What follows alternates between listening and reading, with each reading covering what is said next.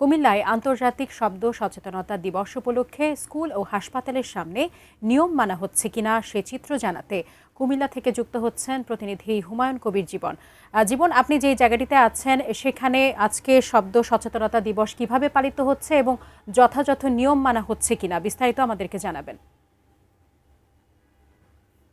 সেই সাথে যদি আমি জানাই যে আসলে আন্তর্জাতিক শব্দ সচেতনতা দিবস উপলক্ষে কুমিল্লায় বিভিন্ন কর্মসূচি হয়ে থাকে, তবে গতবারের তুলনা কিন্তু এখন এবার কিন্তু কম দেখা যাচ্ছে। এখন আমি যদি বলি যে আমি যে জায়গাটিতে দাঁড়িয়েছি সেটি কুমিল্লা হাই স্কুল সড়ক। এখানে কিন্তু যে শব্দর যে দূষণ সেটা কিন্তু ভয়াবহ আকার ধারণ করেছে। এখানে এই সড়কে স্কুল রয়েছে, সেখানে কিন্তু যারা শিক্ষার্থী রয়েছেন তারা কিন্তু প্রতিনিয়ত কিন্তু এই যে শব্দ দূষণের শিকার হচ্ছেন।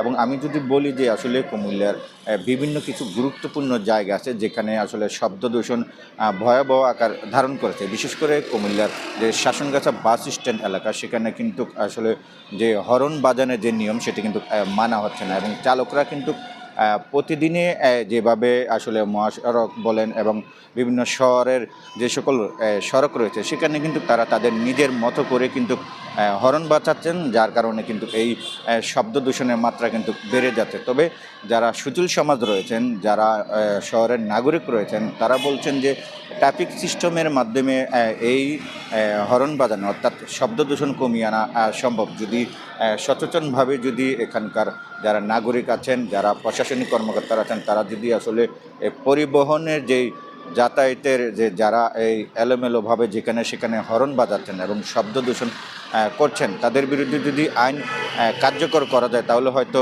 এই শব্দ দূষণ থেকে নগরবাসীকে মুক্ত দেওয়া সম্ভব হবে। এবং আরেকটি বিষয় জানাতে চাচ্ছিলাম যে এই শব্দ দূষণের কারণে কিন্তু মারাত্মক ক্ষতির সম্মুখীন হচ্ছেন কিন্তু যারা সাধারণ মানুষ রয়েছেন। তো মূলত আসলে নগরবাসী দাবি করেছেন যে এই আজকের এই দিনে যদি শব্দ দূষণ নিয়ন্ত্রণ করা যায় তাহলে নগরবাসী উপকৃত হবেন। তো এই ছিল কুমিল্লা থেকে আমার কাছ থেকে সর্বশেষ।